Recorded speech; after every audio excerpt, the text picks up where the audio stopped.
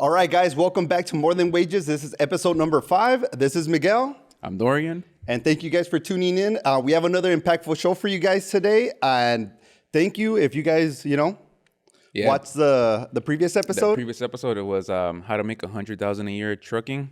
And man, we got a lot of great feedback on that video. We got a ton of feedback. So we got comments, messages, all that good stuff. So hopefully, we're going to bring back your guy. People want more. They want to know more about the trucking industry. They want to know about the different sectors, food service, regional, OTR, all that stuff. So we'll definitely bring him back in a couple weeks. Yeah, we have to. The people are asking for it. But in today's episode, we have the American Dream. We have Chris Mondragon.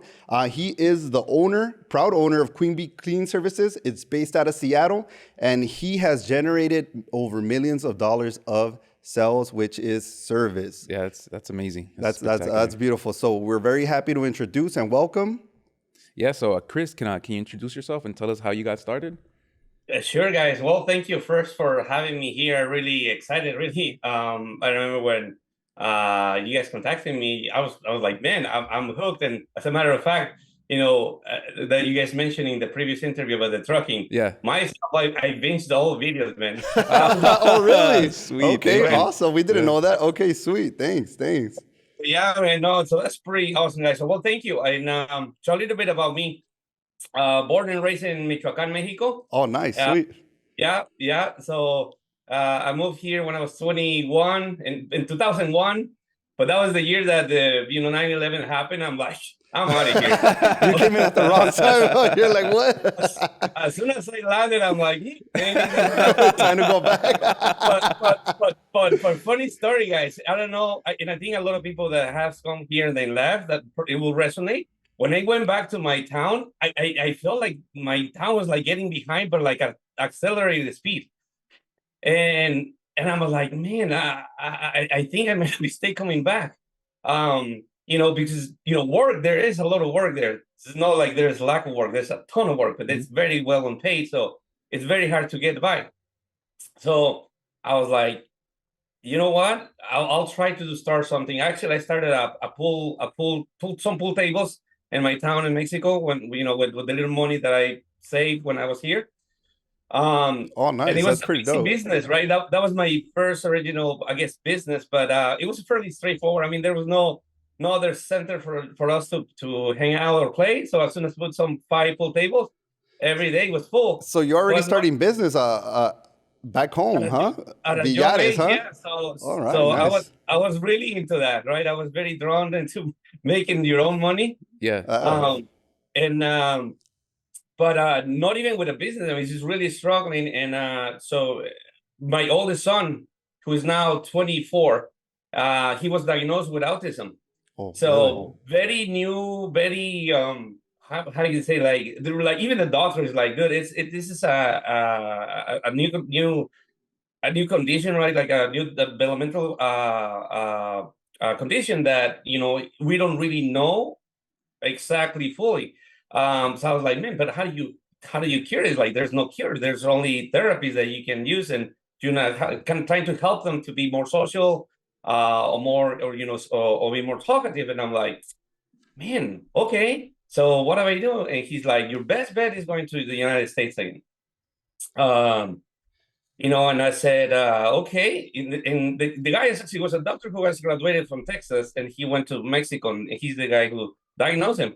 So he's like, yeah, your best bet is going back to the US, and probably there's more advanced treatments. So I said, that's not a brainer. I'll go back. Yeah, for the kid. So I came back in 2004, and illegally I crossed the border. No shame. You had to do it. No shame at all.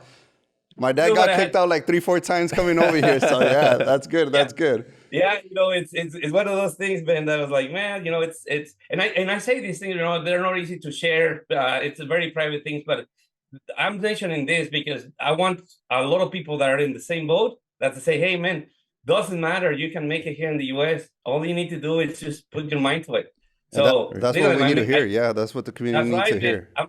I'm telling you guys, I see a lot of people just like, no, it's not possible. I don't have a soul. Man, there's possible. You can do a ton. I know a bunch of people that are like with no papers and they have $1 million companies. Yeah. It's just a matter of they wanted to.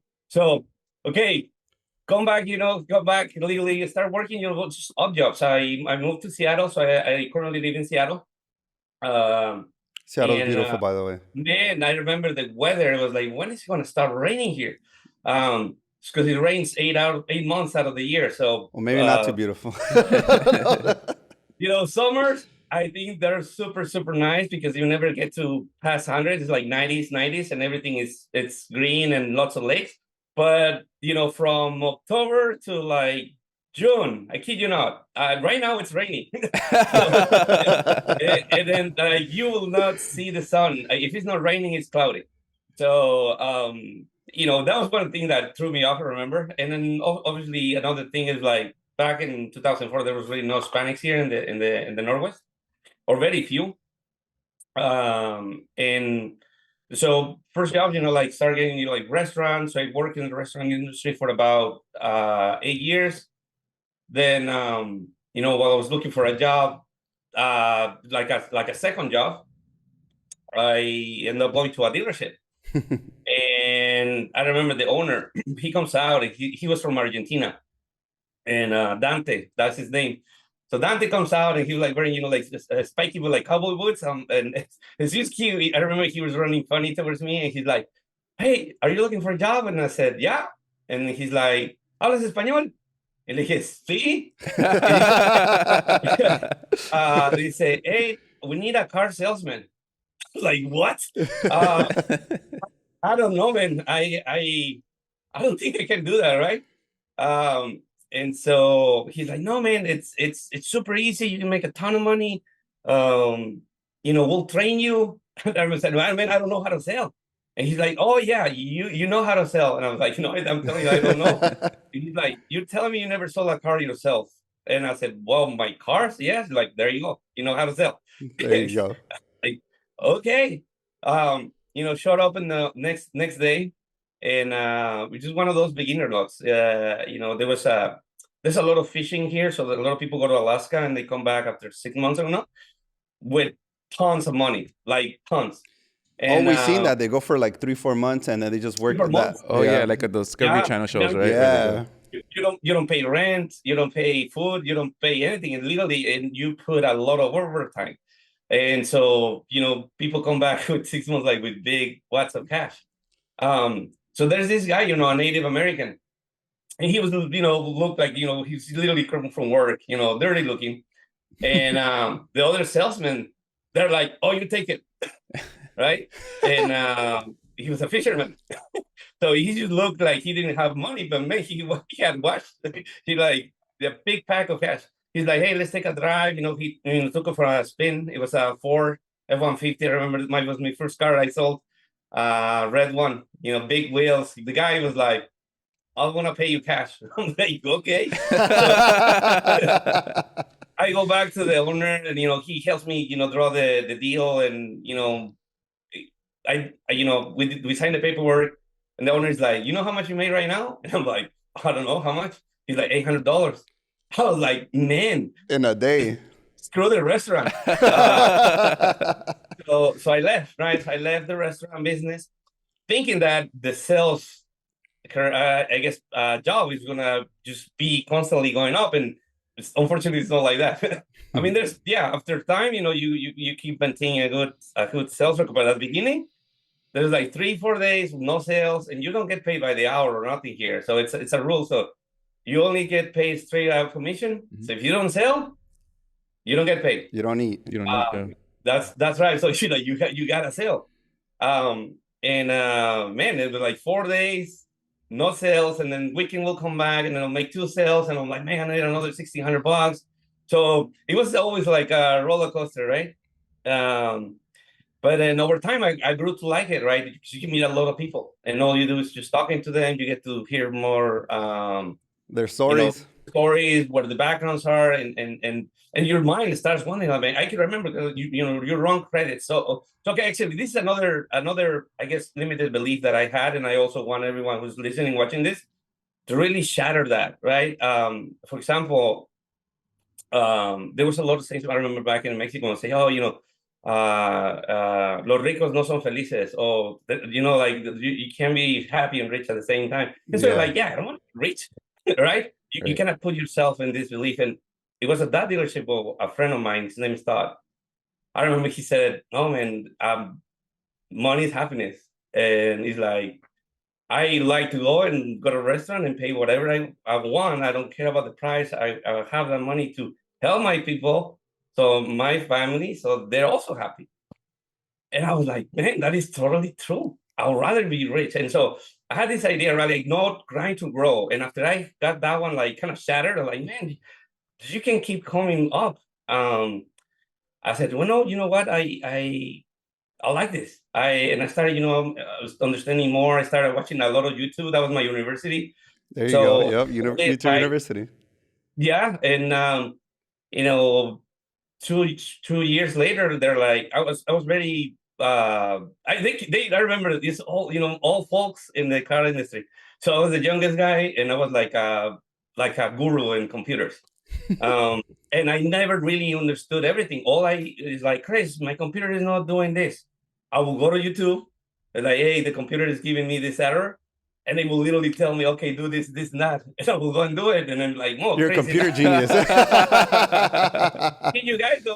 And so, I was like, man. And so from there, I was like, well, we're going to make you internet manager. And when you speak two languages, man, you make a ton of money in the car industry. I think in any sales position, Especially Northwest. That's good. it's just you sell left and right, man, and people who don't speak both, man, they just stay behind. And so I was happy, I was making good money, man, and I was getting full benefits, dental, medical, the whole shebang. That's awesome. And my wife was the one who started working for a cleaning company. It was a lady who owned a cleaning company that only used to do post-construction cleanings. And I remember the lady said, hey, she sent a little note with my wife, because my wife didn't speak English at the time. And so she wrote a letter and gave it to my wife, and my wife brought it to me, and the letter says, hey, if you open your business license, I can hire you as a subcontractor and they pay you percentage instead of hourly. Oh, nice. And I'm like, that's pretty good. So, of course, no social, no nothing. I'm like, man, can you even open a business? And so it's all about research, man, all about research. If you don't know, look it up. And I look it up, and man, you can open a business with an 18. I'm like, God damn. I should have done this long time ago. As long as you're paying taxes, it's A-okay. They don't care. It's like the craziest loophole, man. You can be totally legal and being able to open businesses in the United States as long as you pay your fair share of taxes. You can even buy a house. Like exactly. in our podcast. Exactly. Look it up. And a lot of people don't know this, guys. A lot of people are like, what? I'm like, look it up. Yep. Like the IRS doesn't care about your immigration status. Exactly. And so... And if anything, imagine if down the road there's a immigration reform, having a business and paying taxes is going to look really good on you. Exactly. The IRS wants people to be working, reporting taxes. If you're reporting taxes and making money, you're not doing any like criminal activities. You're out there working, so you're generating money for the economy and for the government. So it's all good. Yeah. You nail it. Exactly. So, and a lot of people are like, no, man, but I don't want to pay taxes. That's another thing, man. Like I have seen so many people open their business and they're like, man, but I'm going to pay taxes. And I'm like, you're already paying taxes. Like they deduct it from your paycheck. Exactly. And it's like another thing. And for some reason, it feels like after talking to hundreds of people, that they think they're going to pay taxes on the gross of the company, right? And that's not the case. Like you pay like on the net of whatever you left with, right? Yeah. So it's like, oh, I'm going to pay more and I'm not going to make money. I'd rather just keep them fine. Like, no, you're not. You actually get to deduct a whole bunch of stuff that you couldn't before. And on top of that, right, you're only going to pay on whatever is net, not on the gross. Yeah. And a lot of people are scared of that. Like, they don't grasp this idea. Like, don't worry about the taxes. Worry about making the money first. Exactly. That's very true. A lot of people, like, they win a free car at a car show or they win money at the casino. And I see on social media a lot of people saying, oh, yeah, but you're going to have to pay taxes on that. Oh, yeah, you're going to have to pay more taxes. You got blessed. You're making more money. Don't worry about the taxes. Worry about the revenue, the profit, the Focus on the positive. That's right. That 100%. So anyway, so I'm able to really open the business license, and the business name originally was Mendoza's Cleaning Service, right? Classic Hispanic. Yeah, last name, proud last name. We got to show it. Last name in your service, right? And whatever. And so, man, we get the EIN, LLC, all this stuff, and the lady starts paying her commission, but and I still, we're still not thinking this is gonna be a business. It's more like I open a subcontract, like I used to be a subcontract, and my wife comes back, and it was December of 2014, and we're having dinner. She's like, hey, Chris, I think we should start our own cleaning business. I already know how to do the job. It's nothing complicated, and there's tons of constructions going on here around us. I think we should give it a shot. And I was like, no. Okay. First of all, like, it was not like I was talking about running a business. And so I didn't feel like I was ready for that. Or so I thought, right? That's another mentality, like you get afraid before even trying. So, and then obviously, now you worry about taxes and whatnot. And the way it was currently, I kind of liked it. It was like, well, you're getting paid more. You're getting paid 50% of every job. Nice. Why you don't keep it like that? And she's like, no, we should start our own. And I remember I said, no, you're crazy. I'm not gonna do it. But you know what? Going back to the car dealerships, and you work a lot of, so it's a very comfy job, super comfy. You work on a computer, and all you do is answer phones and chat with people. That's true. I'm gonna throw this out there. I work for a car dealership right now. So yeah, I know exactly what you're talking about. I know exactly what you're talking about. The roller coaster, everything, making money one day, the next day not making money. So I get exactly what you're talking about. Yeah, right. Yeah, man, that roller coaster, it was getting to me. I was like, one day you make, one sale, okay, $300, $500, whatever you're selling, right? Yeah. But then over the weekend you will sell 2-3 cars, or sometimes do 3 cars in a day, and the hat trick. Yeah, there you go. And then you go to the bar, because now you make more than 1,000. So, but when you have family, yeah, I think having a car sales position, I think a single person should be no really a problem. It becomes really heavy when you have family, because now you have mouths. Yeah. And you're like, man, it's been 3 days and I haven't sold anything. Mm-hmm. God. And so you come work and you go back, and you come work and you go back, and then weekend comes and you make 4 sales or whatever. And you're like, yeah, right? And it's constant pressure that I was kind of getting tired of it. Yeah. And I'm like, there has to be a better way. Maybe if we just give it a shot, right? And let's see what happens. So came back home and I said, you know what, Sandra, let's do it. But this is how we're gonna do it. I'm not gonna quit my job, because we get paid good money, and then on top of that I had the benefits, which were especially being illegal, hard to come by, because I was saving money there.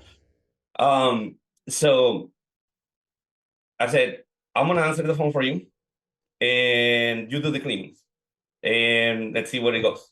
And I'm still thinking very limited, right? I'm thinking if she can get 1 house a day, that's $200.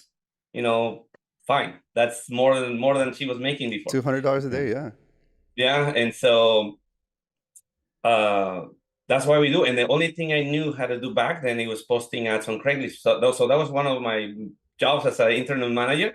And as soon as the cars will come from the auction, they'll go through detail and then inspection and whatnot. And so not inspection and detail, and then I will take the pictures so I can put it on the website, and then I can post those pictures on Craigslist.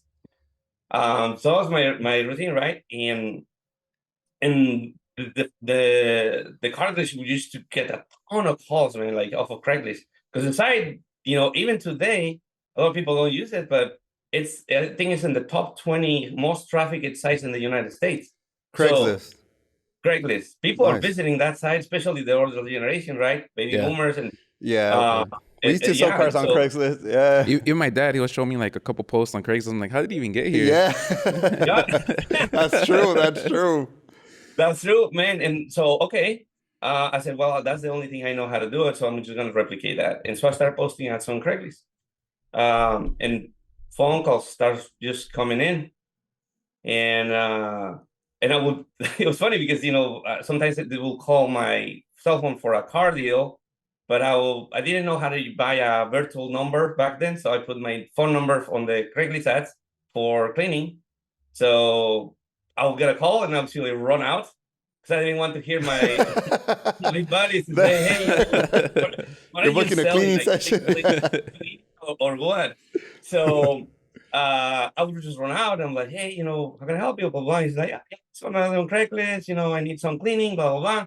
And I will make an appointment. I will like, okay, can we set up an appointment for tomorrow? Because that was the old school way, right? Let's take a look and do an in-person estimate. I'll see how big is your home, how dirty it is, and I can tell you a quote. So you pretty much took all your knowledge that the car sales game prepared you to transfer it into the cleaning services, the business. That's awesome. That's right. And so I started doing this, Dorian and Miguel. So I'll get the calls, set appointments, and then my wife started by herself, and quickly she needed help. And it was her neighbor, his name is Marisol. Marisol actually knew more than cleaning because she used to work for a house cleaning company, right? So my wife only knew do post-construction, which is, different. It's slightly easier because everything is new. It's just a whole bunch of dust. And an occupied home is more challenging because there's kids, dogs, pets. A lot of things going on. So there's a lot to learn there. And so Marisol, shared with us what she knew. And, on Saturdays and no, it was no Saturdays. It was on Thursdays and Mondays I will go because that was my day off. And I will go with them and do my estimates, right, at the same time. And if they have houses to clean, I will go with them. And so very informal business still, still under the table, getting paid cash. And then people start asking me, like, hey, I want to pay with a credit card. I'm like, God damn, I didn't want to open a business account. And I didn't even know how. So I, like almighty Google. There you go. Yeah. YouTube University, Google University. That's you. Yeah. I was like, you need to Google to be resourceful. I mean, now we have ChatGPT, and this is taking to the next level. But hey, how to take credit cards online? I found Square. I was like, what is this? They're like, we collect credit cards. You can actually be in the field and collect them. Like, bingo, this is it. So I signed up with them, and I started. Once you learn one thing, I'm like, okay, this is there. So I was like, okay, I love this. And now we're starting actually collecting invoices because I didn't even care about how much we were making. I was like going to the cleaning. My wife was charged whatever she wanted and didn't record anywhere. So kind of hard to tell exactly how much we started making on the first month. But then by the third one, right, that's the month that I started receiving credit cards online. Now also because I have personal checks. Don't do that. And then cash as well. So a mix of the three. And man, I do a monthly report, right? March 31st, 2015, I do a report, $18,000, and I'm like, God damn, jeez, there is money to be made in this thing. It's and it kept growing. That was the second thing I noticed. Not only that we have made that much in only 3 months, is that it was growing. Like the phone calls were just like nonstop ringing, and I'm like, this is it. Screw the car dealership. Yeah, I'm gonna start my own business. Yeah, and I'm gonna start my own thing. And so I left. Right in front of my 2-week notice. My friends, they were like, "You're fucking insane, man." I'm sorry, man. It takes courage to start your own business, so that's good. That's good. That's respect. Yeah, you can believe that. There you go. And so, and even myself, like, man, and everybody's like, man, don't start. There's tons of cleaning companies. There's a ton of competition. You're not gonna, be able to, get a market share. All these negativity. Yeah, negativity. And I remember something that also the owner of that dealership taught me, and he's like, if there's competition, there's a market. There you All go. you need to do is differentiate yourself from the rest, and the competition is irrelevant. That's awesome thing to actually tell you as the owner of a company, to tell you that. And going back to what you said beforehand is that, and I heard that you say this, new level, new devil. So it's like people cap themselves where their mind is at. So when you start at a dealership, I'm pretty sure a lot of people are not familiar, but you start from the bottom. Let's say you're a porter, or car wash, and then you move up salesperson, manager, general sales manager, GM. Every next tier, your mind changes, your level changes. So sometimes when you have a conversation with somebody, you might say, hey, you know what? This person doesn't capture what I'm saying. But the thing is that their mind, the way they're thinking, or what they cap themselves at is not there. Some people wait to get to heaven, to find peace, to make everything for themselves. But make your heaven down here. Get your money, make money, bring happiness to yourself. Because in all due reality, that saying that money doesn't bring you happiness. What do they say? I'd rather cry where? In my Lamborghini than. So it's true. Never true. cap yourself. So that's awesome that Never your cap boss told yourself. you that. Yeah. 100%, man. And so I was like, you know what? I'm just gonna go for it. Worst case scenario, I can come back. And Yeah. or find another leadership. I remember that was also exciting. Like, I'm sure you're also experienced the constant yelling of the general sales manager, man. Oh yeah. Oh yeah. Go back and tell them this. I'm like, man, I can't say that. They're gonna walk away. Exactly. I just talked to them for like an hour, and if I say that, they're just gonna leave. Blow out. They're gonna leave. Yeah. Go back and tell him, that we only give him a 500 for his trade, and blah blah blah.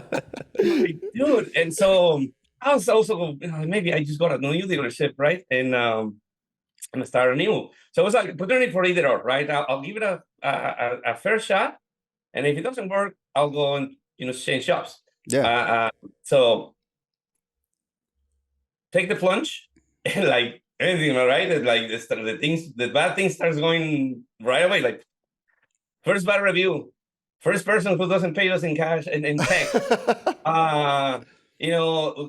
Us arriving late, we lost a key of a customer who's freaking out, and we had to pay for the changing the locks because I lost the key. Just things after things, and like that in April, I'm like, man, I made such a mistake. I really fucked up. Yeah. So I was close to actually call back my old employer and say, hey, man, if you haven't found anything, I would like to get my job back. Because I was like, it seemed like everything was going bad now. And I'm like, man, I didn't think this through. Or anyways, I'm like, no. Let's just be patient. Let's see what I do wrong. And I'm gonna fix it so it doesn't happen again. Yeah. And that's what an SOP is, right? As the moment you start learning this, I didn't learn about standard operating procedures much later. That was another mistake I did because I started learning everything, and everything was in here. Yeah. And then you become the bottleneck of your company, because everything runs from here. Exactly. And so, but that was in a way fixing my problem. Like, no, I'm just, what did I do wrong? Okay, I have checks, man. I'm not gonna take checks only if I know the person already. Fine, but if it's a new person, I'm sorry. It has to be credit card. I don't want to be chasing my money. Right? Things like this. And then, but I didn't document it. I just knew how to do it. Okay, it was all in your head. Yeah, and so we start, stick to it. But I made another mistake, not educating myself. That was another big mistake I did. There is seminars. Well, back then there was no seminars, but there was classes, in-person classes at Labor and Industries office, as far as to understand more of the labor laws, overtime, all this. Overtime I already knew, but when it comes to labor, like break times and then how much to pay, how much you actually know how to charge so you make enough money to pay, the hourly employee plus payroll taxes plus workers' comp, plus supplies, plus all these things. Mm-hmm. I was more just winging at it, and because we were making money, I was like, man, I'm just gonna keep doing this. Yeah. So Chris, and it was a fairly small crew because I think we hired another 3 people, so it was like 3 teams, and every team making 2 houses per day.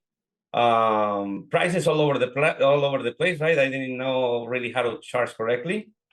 But that it was making money, but I was paying them incorrectly and treated them as an employees, but paid them as a subcontractors. I didn't know this, right? All I knew that my wife used to get paid 50%. I'm like, well, that we're gonna pay them 50%. But when you have subcontractors, there are certain rules that the IRS tells you. Like one of them is like cannot have control over their time. You cannot provide them the supplies. You cannot provide training. Literally, they're their own, entity, like a company, if that makes sense. So very little control over them. And no, in my case, I was giving them everything: uniforms, supplies, training. I was driving them around, literally just, and then not paying payroll taxes. That's essentially wasn't workers' compensation. And then next year, So next year, I get a letter from the Department of Labor and Industries. I didn't even know who they were. I'm like, what is this? And open it, and it's like, hey, you need to come. I think it was like January 15. It was mid January, and I need you to bring 2015 time cards of all the employees, all the invoices that you have generated, and then the 12 months of bank statements. I had the bank statements, the invoices, but since I was not paying by the hour or I was paying a commission, I didn't have time cards. So I said, well, I'm just gonna tell them that I don't have that because I don't pay by the hour, I pay them commission. I think I should be fine. I was wrong. Right? Because I was treating them like an employee. They were essentially my employee. Therefore, I needed to pay them by the hour, drive time included, and but anyways, I didn't know. So I showed up, and they're like, "Hey, yeah, you violated. You're not paying payroll taxes. You're not paying workers' compensation. Now you owe us, the workers' compensation industry, is $12,800, and now you're gonna owe back another $5 or something in payroll taxes, something like that." So I was like, "Jeez, super scary stuff," because we didn't have even the entire amount of money. So as the money was coming, we were spending it. That's another mistake a lot of Hispanics do, is like you elevate your lifestyle, and then instead of being smart and then start investing, what do? You start spending more. You start spending it, yeah. You start spending it, yeah. And so then I'm thinking like, man, I'm making bank, but I didn't know that money was to be paid to the in payroll taxes. The IRS and all that, yeah. So Chris, how did they find out? The Department of Labor, did someone complain or what happened? I remember they told me that they just do random audits, and then audits. I was chosen as one of them. And I think they do it like when they see new businesses, because they most likely is that business owners not gonna know, right? And then most likely they're gonna screw up, and that's what they can get their big fines. And so that's what I'm like. Well, I didn't know how to pay. I would try to play dumb. Yeah. Like, is it like we have monthly classes here and blah blah, and this is available. There's no excuse. We got classes and everything. I'm like, jeez, but I didn't know, right? And so this is another thing, right? I guess like it's just a matter of research, right? Every state has its own rules and regulations, but it's a Google away. Hey, what do I need to do to open a business, bicycle repair business, whatever? Yeah, you'll find it. Yeah, when we opened our taco truck business, I got letters like a year and a half after of saying, hey, you know what? You need to report these taxes or that. And I was like, what is all this paperwork? I thought I was done with it. Even though I didn't generate money, I was like, what? They're charging me $2,000, $3,000? So I had to fix everything, report a loss, and do all the homework, which, we don't learn. Unfortunately, we don't learn. And usually this information gets passed down generationally. Or if somebody's working through a company and they move up, trials and tribulations, you get to learn it. But other than that, it's like, it's going to hit you hard. So the IRS is going to come on knocking. We can never escape Uncle Sam. Oh, no, my friend. It's no joke. And so I said, okay, let me learn, right? And let me see how I'm supposed to pay. And so that's when I understood the difference. Okay, if it was a subcontractor, they have to have their own LLC, their own insurance, their own everything, and you cannot have control over them. And then also, if they only dependent on you, meaning you're the only person or only company that is giving them jobs, that makes them financially dependent on you, which also makes them an employee. So you need to make sure that this subcontractor also gets jobs on their own. And as long as you do this, you should be good. That just sounded too complicated. I'm like, screw that. Employees. It's like, well, okay, employee, you have to pay, by the hour or percentage, whatever you want. But you also have to pay payroll taxes, which is 7.6% on top of what they pay. So essentially, they're going to get deducted 7.6%, and you're going to match that. So you're going to collect it from them, and you're going to match it, and then you're going to submit it to them. I was like, okay, and then workers' compensation, that is a percentage rate based on how many hours they work, and then also on your risk classification, meaning how risky it is to get injured in your business. Oh, interesting.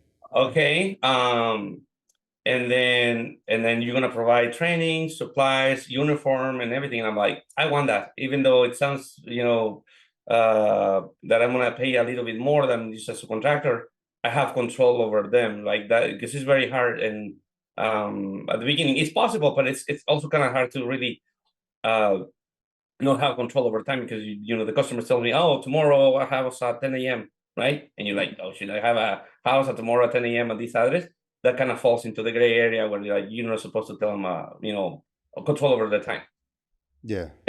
And so I was like, I'll just go do employees. But then, I was paying a percentage base, and when people get paid that, because they work over time, they work faster. So they make anything between $20 to $24 an hour, averaging it, right? But when you're about to pay by the hour, you cannot pay that. At least not before. That's usually that's what I'm actually paying right now. But that was 9 years ago. That was impossible. So paying someone $20 an hour in 2016, it will be very hard. So I said, okay, what is the minimum? And back then it was $12 an hour. So okay. So I tell the girls, hey, so next month you're gonna get paid $12 an hour. What do you think they did? Said, hell no. Well, they left, and rightfully so, right? Because they were used to getting paid different, and so I had to start from scratch. But now with the understanding, okay, how much I need to pay these people, right, and pay the government and pay everyone. So and then I still make profit. Yeah. So you took the time to really say, okay, how much I'm spending per month, X in products, subscription, software, whatever. And then okay, now I know how much I'm spending per day. If I by the amount of days, and then from there into 24 hours, so you know how much you're spending per hour to run your business. Then you add the hourly rate of your employees, the percentage of the IRS, workers' comp, and then your 20 or 30% of profit that you want to build, and now you have your hourly rate that without problem should be paying everything. Oh, so that's how you calculate it. That's right. So you work backwards, right? Because before I was like $200 here, $150 there, $100 there. To secure the job, get the job. You get the job. Yeah. And then that also happened. There's another learning curve, right? So I was making sales, and I literally used to convert almost 100% of callers. Nice. Because literally the price was all over the place, and I would rather, for me, like, something is better than nothing. So I'll just take it. But then now I have to set this rate and no less than that, because now I will not be making money. So it doesn't make sense. If you have a business and you're not profitable, then shut down. Yeah.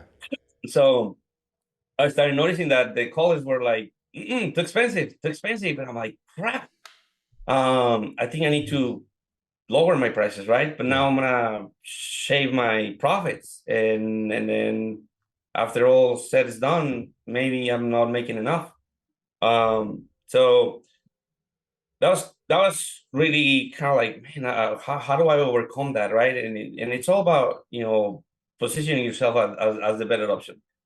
A lot of people also, yes, everybody wants to pay less. That's natural. I do, but when you hear that the product or service is going to be so awesome that it justifies the price, I'll rather pay a little bit more knowing that it's going to be a good service or a good product. Yeah. So I started doing that, right? I started saying, hey, we have 24 hours warranty. If we miss a spot, we'll come back to reclean at no cost. We offer online booking 24/7. I had found out, always looking. I remember my trick was this. to mention that, let me go back. So I'm talking already about online bookings. And that was something that I learned from a guy in Washington D.C. So I'm Washington State, but I Google back in the day, hey, best cleaning companies in the United States, and Google will give you based on their SEO, Yeah. positioning. So I remember found this Maids in Black company in Washington D.C. and he got a booking form. I was like, man, that's amazing. I want that. And then I scrolled down to the booking form, and it was a software named Launch 27. Clicked on it, and $27 a month. I was like, I'll pay that. And it was literally a booking form so people can book their service online. Hey, how many beds, how many bathrooms, any extras, so upsells, and then they'll throw the price and people can book online with a credit card. Yeah. Very innovative back in the day. So I was like, wow, that's crazy, but I want this. And then I found a Reddit post of the same guy, the owner of the Maids in Black, where he started that business in 27 days. So that's what he actually named the company Launch 27. So start a service business company from zero to run business in 27 days. So I read the entire post and I saw some people commenting, and then I started just my mind, man, I was like, man, I need to do this. I need to email marketing. I remember that's when I heard about email marketing, and then Yelp ads, because at the time I was only doing Craigslist ads. Yelp, okay, Yelp. I thought Yelp at the time, and it was at the time mostly for restaurants, and it still is.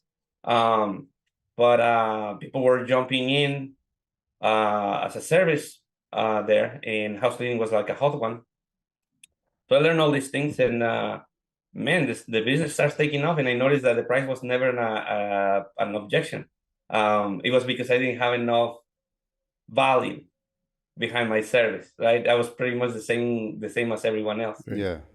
So now I'm saying, okay, I have 24-hour guarantee. You can pay credit card, so no need to manage cash. You can book online 24/7. You can reschedule. No contracts. That was a big one back then. I remember I used to bring with my contracts for the house cleaning. Looking back, like that was so silly. And I remember I got this one from Verizon. Remember back in the day, the cell phones will make you sign a 12-month contract. Oh yeah. And then if you had to break it, you had to pay. And so that was kind of like the same, I guess, method for house cleaning. And a lot of people will actually be put, kind of like, maybe I don't want to sign a contract. Yeah, people don't want to be locked in. Yeah, they want that freedom too. Yeah. Yeah, exactly. I don't even know you. I don't even know if I want to keep the service for 12 months. I might tell you yes, but what if I don't like you? Exactly. You're dating for a bit. Yeah. That's right. And then it was a commercial, right? It's always about, if you start paying attention to what can you do to make your business better, whatever it is, you're going to start picking up from radio stations like promotions or TV, or sometimes driving. There's like a sign I see, and then just like the ad copy is like catchy. Yeah. I write it down, man, because like all these ideas, man, I just come down and how can I put it into my industry, right? That's actually pretty good. Yeah. That's actually really good. Yeah, because you're getting what's it called? You're copying something that's already successful. That's already proven. That's right. That's already proven. They're really doing the heavy lift for you, right? They're paying money to promote these messages, and you're like, huh?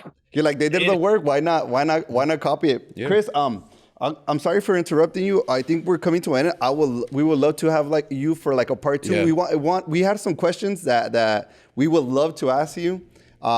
Just some things. Yeah. A couple of them before we end. So, question. So somebody that's trying to get into like the cleaning business, whenever somebody hears like business, they kind of shy off or they get scared. How much would it take to finance like an operation like this, start a cleaning business? Like how much money would it cost somebody? Easy answer, brother. $1,000. You can start a cleaning business with $1,000. $1,000, an iPhone? That's right. It's a low entry business, man. All you need, really, you can start as a solo person, right? Just like we started. You only need a vacuum. That's going to be your most expensive thing, $500, a professional backpack vacuum. Cleaning supplies, all you need to do is go to the dollar store. You don't need to buy the fancy ones. Actually, the dollar stores are just fine. Actually, better than the other ones. You go to Costco to get towels, the microfiber ones, and then you buy other ones at Walmart. So your cost is so low Yeah, print some business cards, some flyers, because that also helps. Always having your business card, Mm-hmm. and you don't even need a website, man. All you need to do is register your business on Google My Business, Okay, upload some okay. pictures, and then people will find you. So that's how you find like jobs, like how is it, like word of mouth? How do you find these jobs? Uh, now you can use Google My Business as a free way and super simple to do.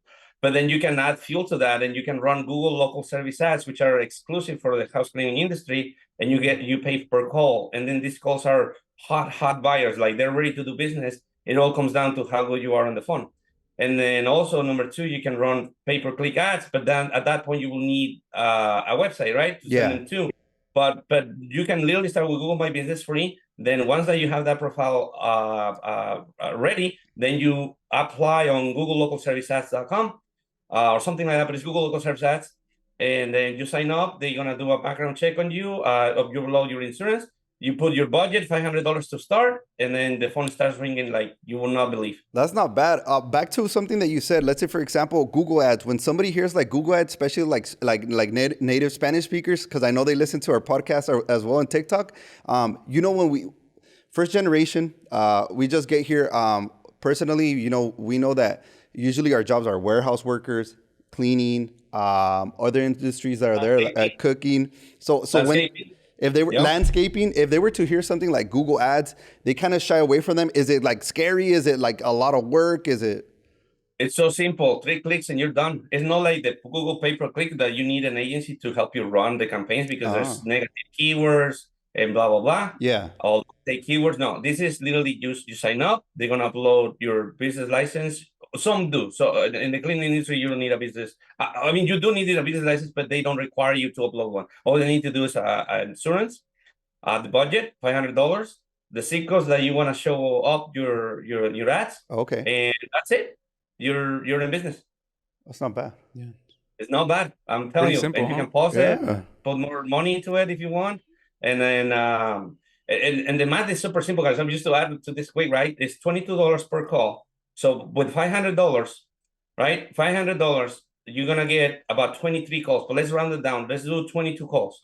Now, no, everybody's gonna purchase from you, that right? Unless you're a killer salesman. But let's say let's be conservative and do the average. Half of those people will purchase. Half of them will say no. Okay, 22 callers. Half of that is 11. Let's still be conservative. Let's say only 10 people buy from you, right? The average ticket for a house cleaning is 220. Let's say 200. 200 people, the 10 people at $200, that's $2,000. How much do you pay to run the ads? $500. $500, $22 per call. It's 3x ROI, man. And That's from there, nice. you're just gonna keep money back into it. It's like an ATM machine that you put $1, it's gonna speed you $3 back. How many times are you gonna do that? That's money. good. That's good. That's good. Printing money. Yeah, there you go. That's awesome. That's the game plan. So that's how you put it. And then another question is, like, how do you screen for people? How do you hire people? Because I don't want to send somebody out and then, the homeowner calling me, hey, you know what? I'm missing my chonies. Like, what's going on? You know what I mean? How do you hire people? Oh God! So you're gonna run sometimes into customers that sometimes they misplace the stuff. It actually has happened. Sometimes their family members take the stuff and they don't know. Or sometimes there's actually one time that it was unfortunately happened to me. The lady actually took money from an office. But then in order to protect you from that, you get an insurance. The insurance is only $70 a month. And that is, if someone goes missing, something, it's damaged, then the insurance will pay. So nothing to worry about. And that's what you tell the customer, right? Hey, we're fully insured. So if anything breaks, anything goes missing, you're totally covered. Yeah, that's human nature. You can never really, spot somebody that's going to be 100%. We have the angel, we got the devil. Sometimes, one of them is bigger than the other. So, yeah. That's right. All right. Interesting. That's good. Always having that insurance. All right. And then another question that we have is like, how do you stay like competitive? Like, how do you stay relevant with prices? That's a good one. So I like to stay, I always every year, at least twice a year. So in January and in June, I call my competitors around. And I pretend I'm a customer, right? All I want to do is really kind of have a feel. For example, after COVID, I raised my prices quite a bit. And because they were so hard to get supplies, and chemicals. So Oh yeah, I remember that. There was not a lot of anything anywhere. Alcohol, anything. you could only buy like one bleach. And I had my kids with me, going around all Oh yeah, trying to buy everything from all the stores, huh? It's crazy, man. So I had to, cover that. So, but then I realized that I was like, man, I was, the sales, you start noticing. This is a good metric I like to have. If you convert less than 5 people out of 10, so less than 50%, then take a look at your prices, right? Yeah. You might be on the high end. If you convert more than 50%, maybe you're too cheap. Mm-hmm. So I like it to have it at 50% conversion rate. And so I like to call around, I compare my prices with them, but then I also look at my conversion rate. And then that's how I stay competitive as far as the price, right? And then, like I said, I'm not also, right now, I'm thinking I'm on the top 3 as far as prices goes. That's awesome. That's it. And then how to get away with that? By collecting reviews. Every time I get the objection on the price, I, hey, listen, I know that you think that we're more expensive, but we're not. The bottom line is a lot of people can beat us on price, but nobody can beat us on value. And this is the reason why, we offer a warranty. We have 412 reviews on Google, 100 more in Facebook, blah, blah, blah. And you The need service to tell talks them for itself. why. Exactly. Yeah. Quality, right? Quality over quantity. Yeah. All right. And Chris, finally, I got another question, last question for you. Do you only focus in Seattle, or are you looking to expand now? That's a great question. So right now I only focus in Seattle. I thought about opening in Portland because of the proximity, but right before I started researching, I was like, hold on, maybe I just want to focus on one location. So at this moment, it's only this location. Perhaps down the road, I will entertain the idea of opening in other locations. Yes. That's awesome. That's awesome to hear. We're running short on time, but we'd love to have you back from Michoacan to Seattle. Chris, you've been awesome. Yeah. A lot of information. We know that you have your own TikTok handle. What's your name on TikTok? So Cristobal Mondragon Duran. So for this is my handle is at Chris.Mondragon425. Okay, awesome. And then we know that you have some information there, some maybe a course or two. And then if people would like to get some more information, they could message you, add you, all that good stuff, because the information, the experience that you lived, nothing in this life is free. And hopefully, they find value in this video and they know that you want to share your experience and give value towards others. So we appreciate you for being on the show. Hopefully we could have you back because we didn't really get to what we really wanted to get. So hopefully you come back. Yes, I would love to be here again with you guys. It was a blast. And just let me know and I'll make time for it. Okay, awesome. Yeah, all thank you, Chris. Thank you. We appreciate you. Story. I love it. Man, we loved it. Gracias. Thank you, man. Dorian and Miguel. It was a pleasure, man. Gracias. Okay. All right. Thank you, Chris. Thank you, Chris.